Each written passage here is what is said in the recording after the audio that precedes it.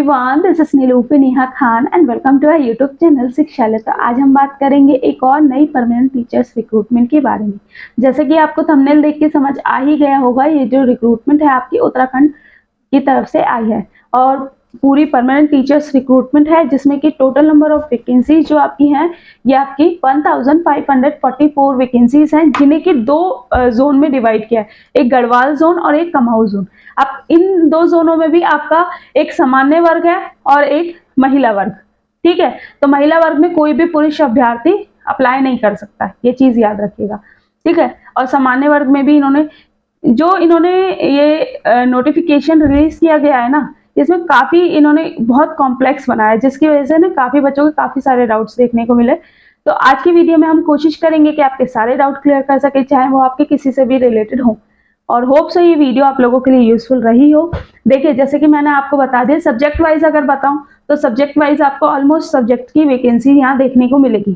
ठीक है, eligibility criteria बताऊं तो एलटी की वैकेंसी है ये आपकी। ठीक है, सहायक शिक्षक। और अगर बात करें एलिजिबिलिटी क्राइटेरिया तो इसेंशियल क्वालिफिकेशन में आपका बीएड, ठीक है, और आपका कंसर्न सब्जेक्ट में ग्रेजुएशन होना ही होना चाहिए।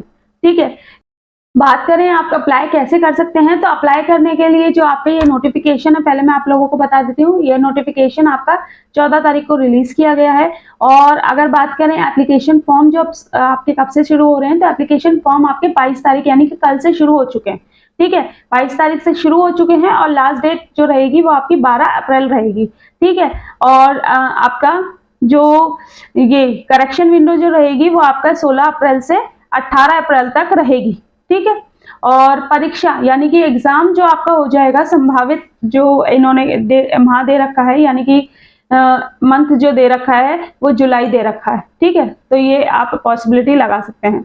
इसी में ही अगर बात करें, जो आपका एग्जाम होगा, एग्जाम ऑनलाइन भी हो सकता है और ऑफलाइन भी हो सकता है। ठीक है, महिला वाला जो वो रहेगी वैकेंसीज, उसमें सिर्फ और सिर्फ वुमेन कैंडिडेट्स ही अप्लाई कर सकती हैं। और यहाँ पर अगर आप उत्तराखंड से बिलोंग करते हो तो यहाँ पर आपको और भी एज रिलैक्सेशन भी देखने को मिलता है। ठीक है, सैलरी की अगर बात करें तो सैलरी भी आपको अच्छी खासी यहाँ लगभग 65,000 से प्लस ही सैलरी आपको देखने को मिलेगी।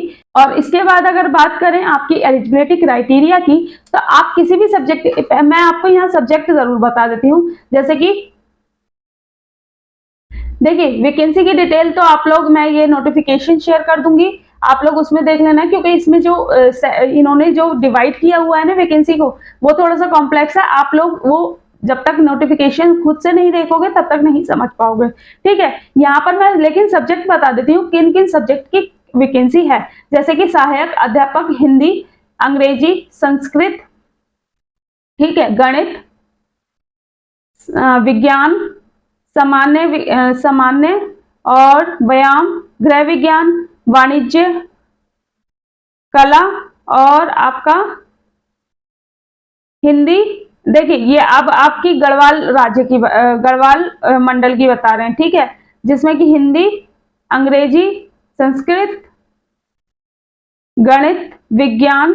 देखिए, ये सामान्य विज्ञान है या सामान्य, अब इसमें एग्जैक्ट तो समझ नहीं आ रहा, सामाजिक विज्ञान भी कह सकते थे, लेकिन इसमें सिर्फ और सिर्फ सामान्य लिखा है। ठीक है, और इसके बाद व्यायाम और गृह विज्ञान और आपकी संगीत और आपकी कला, इनकी वैकेंसी है। ठीक है, ये सारी वैकेंसी 128 पेजेस का नोटिफिकेशन है ये। ठीक है, अब मैं आपको बता देती हूँ एलिजिबिलिटी क्राइटेरिया। तो एलिजिबिलिटी क्राइटेरिया की अगर बात करें तो आपका जो सब्जेक्ट कॉम्बिनेशन मांगा गया है, आपके पास ग्रेजुएशन होनी चाहिए कंसर्न सब्जेक्ट में, प्लस आपके पास बीएड आपका कंप्लीट होना चाहिए। ठीक है, और हाँ, यहाँ पर एक चीज और बता दूं, जैसे कि एसएसटी वाले कई बच्चे परेशान होते हैं कि एसएसटी वाले यहाँ पर एलिजिबल हो पाएंगे या नहीं हो पाएंगे। तो यहाँ पर भी आपका मेन सब्जेक्ट हिस्ट्री और आपका ज्योग्राफी में से मांगा गया है, यानी कि ये दो सब्जेक्ट में से कोई एक सब्जेक्ट तो आपने पढ़ा हुआ होना चाहिए। ठीक है, तभी आप एलिजिबल हो पाएंगे। इसके बाद बात करें एज की, तो एज आपका जो है वो मिनिमम 21 है और मैक्सिमम आपका 42 है, जिसमें कि एज रिलैक्सेशन आपका देखने को मिलेगा। ठीक है। इसके बाद बात करें कि आप बाहरी राज्य से बच्चे अप्लाई कर सकते हैं या नहीं कर सकते।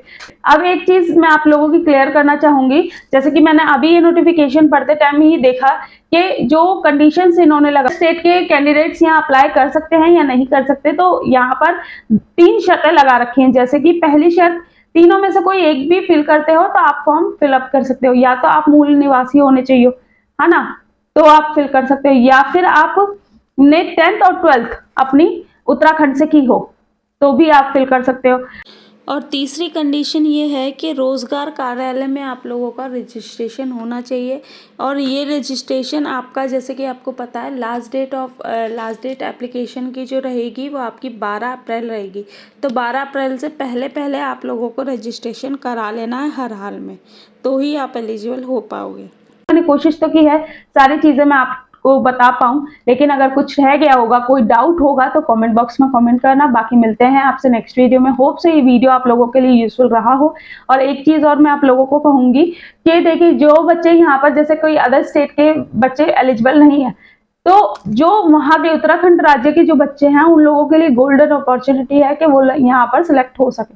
ठीक है, चलिए मिलते हैं आपसे नेक्स्ट वीडियो में। होप सो सारी चीजें आप लोगों को समझ आई हो। कोई दिक्कत, कोई परेशानी हो तो कमेंट बॉक्स में कमेंट करना। मिलते हैं आपसे नेक्स्ट वीडियो में। Thank you for watching.